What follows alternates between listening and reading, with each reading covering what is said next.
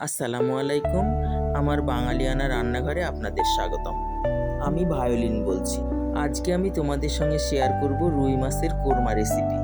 প্রথমে বড় রুই মাছের পিসগুলো নেওয়া হলো, তারপর পানিতে হাফ কাপ ভিনিগার ও প্রয়োজন মতো লবণ মিশিয়ে মাছগুলোকে 20 মিনিটের মতো ভিজিয়ে রাখা হলো।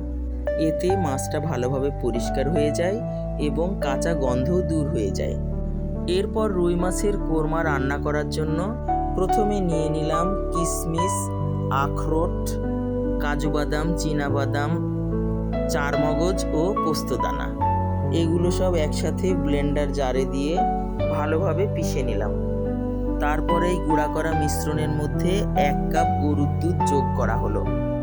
সাথে দেওয়া হলো রসুন, আদা কুচি ও কাঁচামরিচ। এরপর আবারও সব কিছু ভালোভাবে ব্লেন্ড করে একটি মসৃণ পেস্ট তৈরি করা হলো। এরপর ভিনেগার পানিতে ভেজানো রুই মাছগুলো ভালোভাবে পরিষ্কার করে তুলে নেওয়া হলো। তারপর মাছের মধ্যে লবণ, হলুদ এবং মরিচ গুঁড়ো দিয়ে মাখিয়ে নেওয়া হলো। সাথে একটু সূর্যমুখী তেল যোগ করে সব কিছু ভালোভাবে মিশিয়ে কিছুক্ষণ ম্যারিনেট করে রেখে দেওয়া হলো। মাছের কোরমা মানেই শুধু একটা রান্না না, এটা যেন ঘরের রান্নাঘরের ভালোবাসা আর ঘ্রাণে ভরা এক টুকরো আনন্দ। ধীরে ধীরে মশলার সাথে মাছটা মিশে গেলে তৈরি হয় এক অসাধারণ স্বাদ। এখানে ছোট্ট একটা টিপস: মাছ ম্যারিনেট করার পর একটু সময় রেখে দিলে মশলা ভালোভাবে ভিতরে ঢুকে যায় আর রান্নাটা আরও বেশি সুস্বাদু হয়। এবার আমি চলে এলাম চুলার পাশে, কড়াই বসিয়ে তাতে সরিষার তেল দেওয়া হলো। তেল গরম হয়ে এলে অল্প একটু লবণ দেওয়া হলো। তারপর পেঁয়াজ কুচি দিয়ে ভালোভাবে ভেজে বেরেস্তা বানিয়ে নামিয়ে নেওয়া হলো।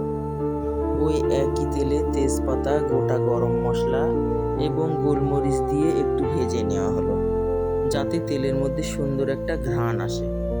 এবার এই সুগন্ধি তেলে একে একে রুই মাছের পিসগুলো ভেজে তুলে নেওয়া হলো।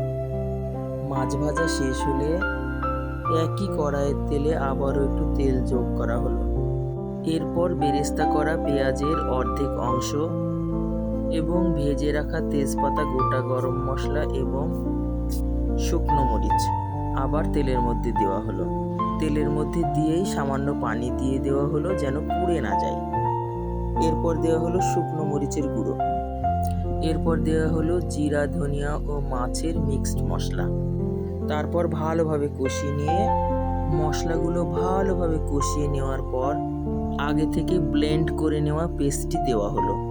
এই পেস্টে ছিল কিশমিশ, কাজু বাদাম, আখরোট, চীনাবাদাম, চারমগজ, পোস্তদানা, আদা, রসুন ও কাঁচামরিচ এবং 1 কাপ গরুর দুধ দিয়ে বানানো ঘন মিশ্রণ। এই সময় দেওয়া হলো সামান্য চিনি দিয়ে মশলার সঙ্গে ভালোভাবে মিশ্রণটি মিশিয়ে নেওয়া হলো। এরপর একে একে ভেজে রাখা রুই মাছের পিসগুলো মশলার মধ্যে দেওয়া হলো এবং আস্তে আস্তে মাছগুলো উল্টে পাল্টে কষিয়ে নেওয়া হলো। তারপরে দেওয়া হলো গরম পানি এবং 1 কাপ গরুর দুধ। রান্নাটি ভালোভাবে ফুটে উঠতে দেওয়া হলো যতক্ষণ না গ্রেভি ঘন হয়ে আসে।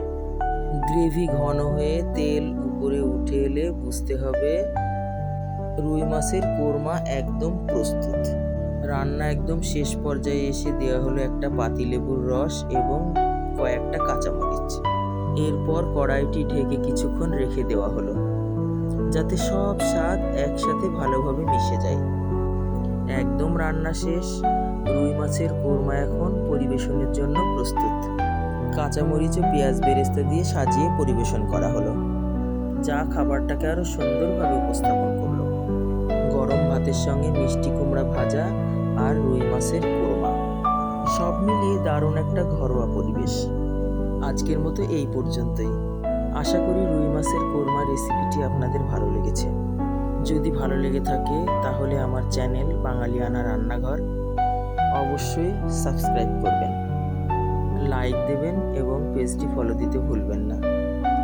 এমন আরও সহজ ও সুস্বাদু রান্নার ভিডিও পেতে সাথে থাকবেন। আপনাদের ভালোবাসা আর সাপোর্টই আমার অনুপ্রেরণা। আমি চেষ্টা করি আপনাদের জন্য আরও নতুন নতুন রেসিপি নিয়ে আসার। সবাইকে অনেক ধন্যবাদ। আল্লাহ হাফেজ।